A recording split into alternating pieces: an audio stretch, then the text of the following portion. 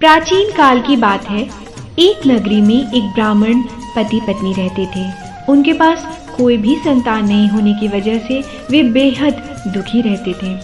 हर बार की तरह इस बार भी ब्राह्मण वन में पूजा करने के लिए गया और ब्राह्मण वन में बैठकर पूजा करने लगा तथा पूजा होने के बाद वह हनुमान जी से पुत्र प्राप्ति के लिए प्रार्थना करने लगा। वहीं दूसरी ओर उस ब्राह्मण की पत्नी भी अपने घर पर पुत्र की प्राप्ति के लिए हर मंगलवार व्रत रखती थी और प्रत्येक मंगलवार को व्रत के अंत में बजरंग बली का भोग लगाकर भोजन ग्रहण करती थी।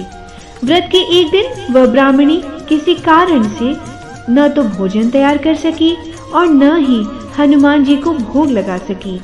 तभी उसी दिन उस ब्राह्मणी ने प्रण लिया कि वह आने वाले अगले मंगलवार को हनुमान जी का भोग लगाकर ही अन्न ग्रहण करेगी। भूखे प्यासे 6 दिन के बिताने के बाद वह मंगलवार का दिन आ ही गया, परंतु ब्राह्मणी बेहोश हो गई और तब उसकी इस निष्ठा, त्याग एवं सच्ची लगन और भक्ति देखकर हनुमान जी प्रसन्न हो गए और उस ब्राह्मणी को दर्शन देते हुए कहा, मैं तुम्हारे पूजन से बहुत प्रसन्न हूँ, तुम्हें मैं पुत्र प्राप्ति का वरदान देता हूँ। उस ब्राह्मणी को वर देकर हनुमान जी अंतर्धान हो गए।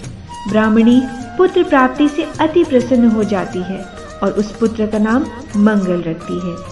कुछ समय के बाद जब ब्राह्मण अपने घर वापस आया तो वह बालक को देखकर पूछा कि यह बालक कौन है। तब उसकी पत्नी ने उस ब्राह्मण को पूरी कथा बताई।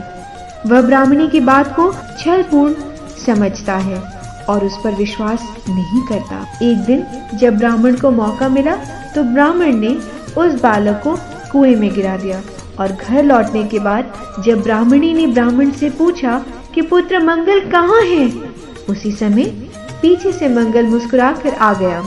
ब्राह्मण उसे देखकर चौंक जाता है। उसी रात हनुमान जी ब्राह्मण को सपने में दर्शन देते हैं और कहते हैं कि ब्राह्मणी को पुत्र का वरदान मैंने दिया है।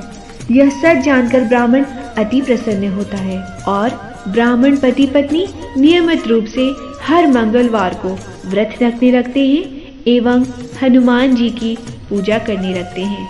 अतः इस प्रकार मंगलवार को व्रत रखने वाले हर मनुष्य पर हनुमान जी की असीम कृपा बनी रहती है।